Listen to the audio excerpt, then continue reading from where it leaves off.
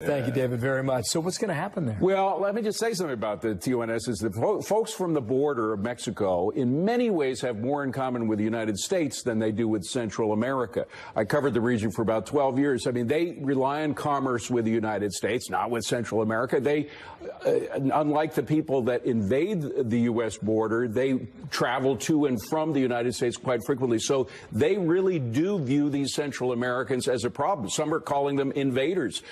They're taking their housing, they're taking their food, and they are endangering their relationship with the United States. So this is a real problem. But I just have to say one thing. To see children going through what they are going through now in Mexico, being grabbed by their parents or by their guardian or whomever it is, and being used as pawns in this is child abuse. It's child abuse. And whoever encouraged these Central Americans that they'd have a free ride going into the U.S. border, those people should be in jail.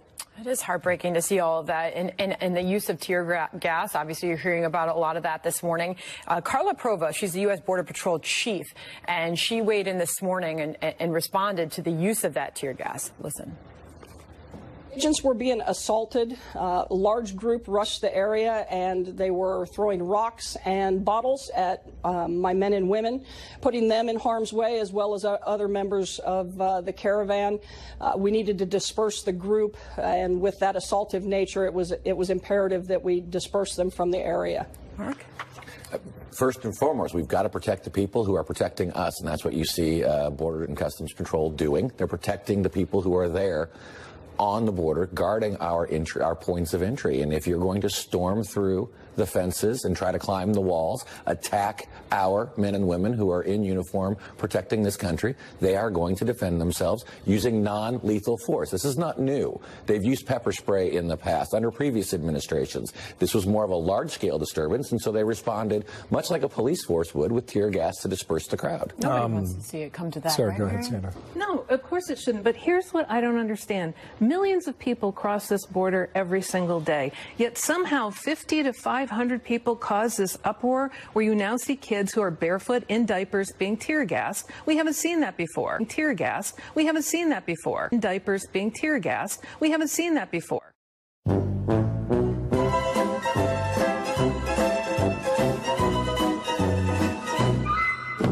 Where you now see kids who are barefoot in diapers being tear gassed. We haven't seen that before. And this is from an administration who separates children from their parents. The legal right of these migrants is to come to our border and apply for asylum at the port of entry. And unfortunately, the Trump administration has decided, as Representative Cummings pointed out in an earlier interview, that they've changed the rules and they keep closing the port of entry. So it's a bait and switch. And they're desperate to come in. They're trying to discourage others from doing the same thing. I think, David, based on your experience in that part of the world, how do you as a government allow migrant caravans, one after the other, to move through your country unhindered until they reach a point where a mayor in one of your biggest cities says, hold on, folks. Well, it's a we need to figure this out. Mexicans, if people think that our immigration policies are harsh, no matter who the president is, whether it was Obama who separated children or President Trump who separated children, that is not true. The fact is that Mexico, try to get through Mexico as a migrant, and you'll find that their laws are much tougher.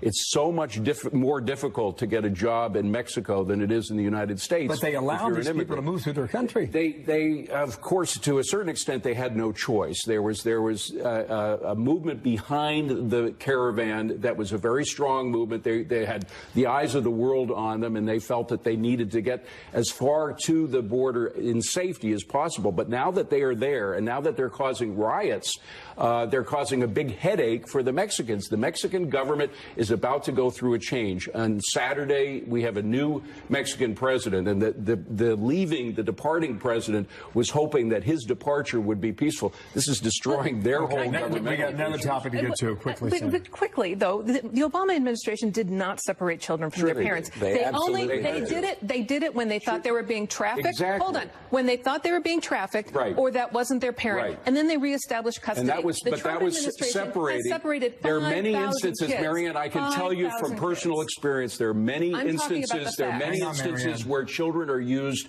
as pawns. They are taken by people who are not their parents, and in those situations, they should be So separated you're telling me from all the people who are. 5,000 kids separated by the Trump administration? I'm telling you that these people were pawns, being every used one of as them. pawns, but for other people's purposes, because That's not true. they were told that they would have an easy time getting across the border. Have they had Mark, an easy time? let Mark Have back they? in here, because Mark, bring this to the White House response now, to hear the White House doubling down on their threat to just close the southern border. And this is what the president has said he was going to do. He was going to stop the caravan. He was going to enforce our laws as they exist. He's got the power under the law to stop this flow of immigration He's and even to breaking the change. law. He's All right. not. We're not